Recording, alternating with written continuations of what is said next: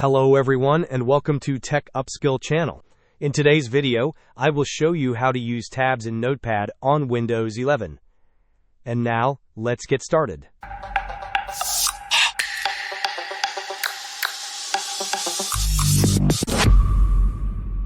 Notepad on Windows 11 has been updated with a fantastic new feature that allows you to use tabs, much like you do in a web browser. This means you can have multiple documents open within a single Notepad window, making multitasking much more efficient. To get started, simply search for Notepad in your Windows search bar and open the application. Once Notepad is open, you will notice the ability to create new tabs. You can even name these tabs by typing directly into the tab itself, allowing you to organize your open documents more effectively. The best part is that these tabs are persistent.